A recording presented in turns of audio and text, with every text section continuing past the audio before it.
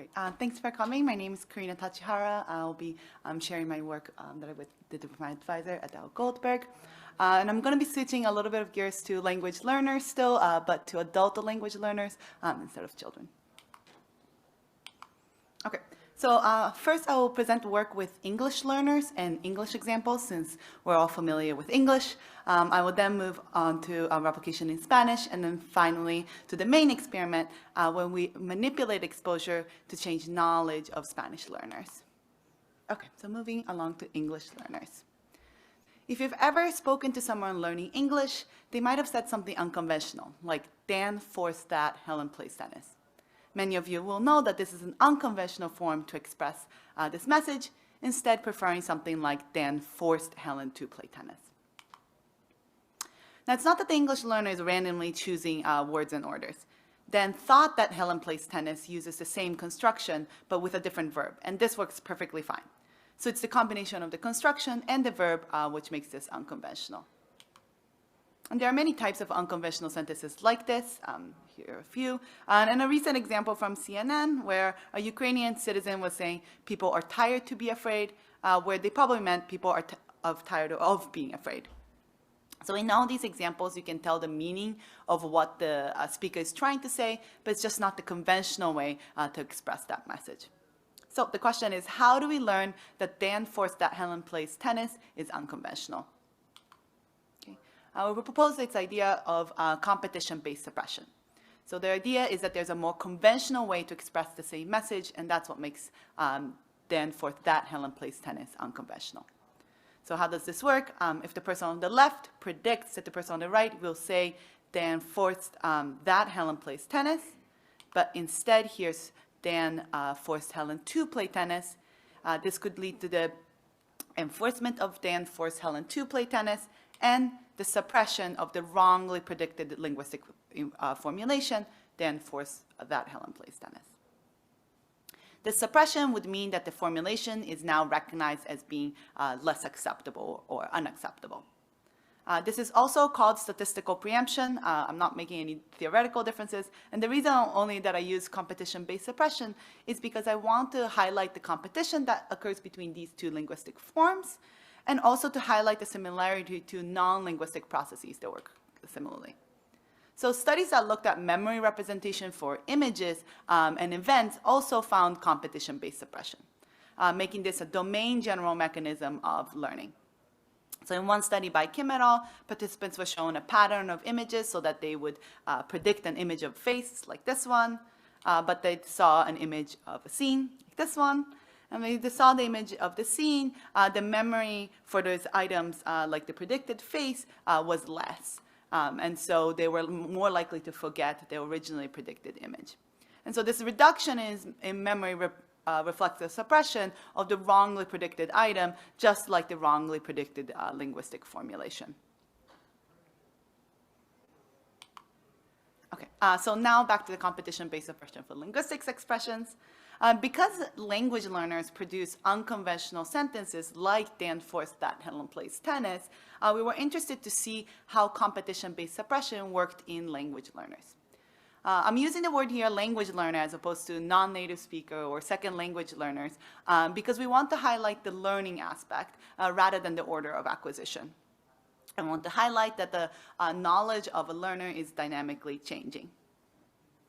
We also want to point out that the right way to express a message is not necessarily what a native speaker says, but rather what is considered conventional in that language community. So for the following experiments, I'll be talking about native speakers to mean a set of speakers who are fully proficient in that language.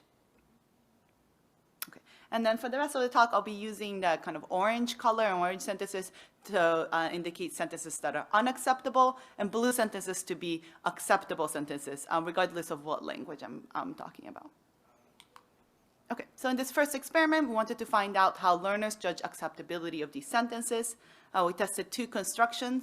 One is a clausal complement, which included sentences like Dan forced that Helen plays tennis, and the double object construction, which included sentences like Amber explained Zach the answer. We asked participants to rate the acceptability of sentences on a scale from 0 to 100, where 0 is unacceptable and 100 is fully acceptable. And what we find is that learners show a higher tolerance for these unconventional sentences compared to native speakers. This means that the learners are giving it a higher acceptability rating compared to native speakers, meaning that they think that the unconventional sentences are somewhat acceptable. And at this point, you might be wondering if this is an effect of confidence by learners. Right? If they know that they're unsure of their answers because they're learners, they might avoid the ends of the scale. And to test this possibility, we're going to compare this to the ratings of conventional sentences. So sentences like Dan forced Helen to play tennis, which has the same complexity as the unconventional sentences. And what we find is that we do find some middling effect where they are avoiding the ends of the scale to some degree. However, the difference between the native speakers and the language learners is much larger for these unconventional sentences than conventional sentences. And I know that the interaction in this graph looks subtle, but this is a reliable effect, and we find this in this data set, in past data sets from the lab, as well as you'll see it replicated in Spanish as well. Okay, so here we conclude that learners show a higher tolerance for unconventional sentences. Next, we wanted to see if this tolerance to unconventional sentences by language learners is specific to English or language in general. So next, we look at Spanish. We again tested the causal complement and the double object construction, and we also tested other distinctions in Spanish. So, and these are distinctions that were, we confirmed that were mistakes made by Spanish learners in Spanish classrooms. So I'll use the example, la estación de tren es a la derecha, as an example of our unconventional sentence. The conventional sentence would use the verb está instead, but we'll keep the orange. Okay. So again, we asked Spanish learners to judge the sentence on acceptability on a scale of 0 to 100. And we find that the same interaction result as English learners, mainly that Spanish learners show a higher tolerance for unconventional sentences, and that this difference is larger than the difference between native speakers and learners for conventional sentences. Okay. One commonly assumed source of error for language learners is the transfer effect from their native language. So this is the idea that your knowledge of your native language influences your transfer it to the new language. So in order to see if this is the cause of the higher tolerance for unconventional sentences, we compare the clausal complement and the double object construction. And we do this because the double object construction shown on the right-hand column here works differently between English and Spanish. So if you're using your knowledge of English and transferring it onto the Spanish, you would see why you would have a difficult time with the Spanish construction. On the other hand, we can compare this to the clausal complement. So the clausal complement works the same way between English and Spanish. So the same same verbs that don't take the causal complement in English also don't take the same causal complement in Spanish. So if you're just simply transferring your knowledge of English onto Spanish, you should have a difficult time with the double object, but an easy time with the causal complement. However, we see no differences between the two constructions.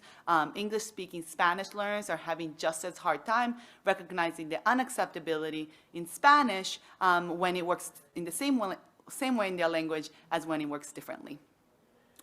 So this was also true for Spanish-speaking English learners, so the flip side for this data set. Therefore, we conclude that the higher tolerance shown by learners is not entirely because of transfer. In our third and main experiment, we aim to change the learner's acceptability judgments through exposure. But before we move on to changing the acceptability judgments, I want to talk about investigating language learners, because an important part of it is understanding that every language learner is different, and that one of the crucial aspects is their proficiency. So in this next experiment, we conducted the same judgment experiments, but we broke down by proficiency levels. We recruited undergraduate students taking Spanish classes at Princeton University. And so this result is broken down by class levels, with the beginner classes on the left and advanced classes on the right. So we see that as proficiency increases, the acceptability judgments of unconventional sentences decrease, meaning the more advanced you are, the more likely you are to recognize that unconventional sentences are unacceptable.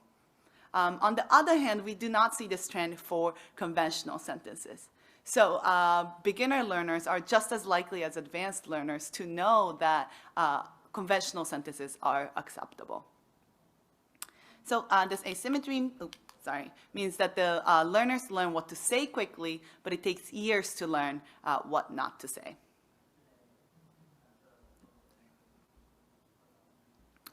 The change in acceptability judgments throughout proficiency level is likely to reflect students' exposure to conventional sentences, which would then lead to competition-based suppression. So in this experiment, we experimentally manipulate the exposure and measure its effect. So in other words, we want to see if we can induce a competition-based suppression in an experiment and see if students are able to learn the unacceptability of unconventional sentences. So in this experiment, participants were exposed to conventional sentences multiple times, and we want to see whether or not that leads to a suppression or reduction of the acceptability of the unconventional sentences. Okay. So here's the experimental setup. On day 1, participants will judge the acceptability of both conventional and unconventional sentences. Next, they are exposed to conventional sentences over multiple days. And then on day 5, they again judge the acceptability judgments of conventional and unconventional sentences. Notice that I'm using the word exposure and not training, and that's because they're not receiving any feedback at this point or producing anything. They're just simply reading the conventional sentences, and we want to see if that's going to have an effect on the unconventional sentences that are tested just at the initial and final test. We also split the exposure sessions into multiple days to allow for sleep consolidation. So past work has shown that sleep consolidation is needed for lexical competition. And while here we're looking at competition between sentence structures as opposed to words, we predict that the same mechanisms are at play. Okay, so does exposure have an effect on judgments? We're going to be looking at judgment results from day 5. Participants received exposure to half the items before, so we're going to compare control sentences against those that received exposure to the competing conventional sentences. So for the conventional sentences, we find no effect of exposure, but for the unconventional sentences, we find a significant effect of exposure, meaning that those sentences that received an exposure to the competing conventional sentences got reduced acceptability judgments. In other words, multiple exposures to the conventional sentence lead learners to recognize the unacceptability of unconventional sentences. Okay. We wanted to see how proficiency interacted with this effect. Therefore, we split the information in the light and dark orange bars into class levels like we did earlier. We had pre-registered an expectation that the greatest effect would be for intermediate speakers. And indeed, that's what we find. So here I'm highlighting the intermediate speakers, and that's where we see the largest difference between the control sentences and the sentences that received exposure to the conventional sentences. We had predicted that the intermediate speakers would gain the most from exposure because advanced speakers are already likely to rate the sentences similarly to native speakers, and because beginner learners might not have had enough exposure to use competition properly. So remember that competition-based suppression requires the learner to activate multiple sentence structures at the same time. And if a beginner is not able to activate sentence structures as strongly because they still don't have enough experience with sentences, then they might not be able to learn from competition to the same extent. So in conclusion, we find that exposure to conventional sentences without any feedback is sufficient for competition-based suppression of the unconventional sentences. And the suppression leads to recognition of unacceptability for unconventional sentences, especially those in the intermediate level. Okay. We also measured the participants' ability to detect acceptability through an online task. We used a cumulative self-paced reading paradigm where participants press the spacebar to show each word. And specifically, we measured the reaction time during the target window. So the target window was the first word at which you would recognize a sentence might be unconventional plus the next 2 words. We measured this for unconventional sentences and conventional sentences. Again, we'll be looking at the results from day 5. And we tested this paradigm with native Spanish speakers and found a significant slowdown for unacceptable sentences, as we had expected. So however, for Spanish learners, they did not show a slowdown for unconventional sentences. And when we look at the effect of exposure, we also find a no effect, meaning that learners did not slow down for unconventional sentences even after being exposed to conventional sentences. Both of these self-paced reading results differ from the judgment task, where we see an explicit awareness of unconventionality and an effective exposure.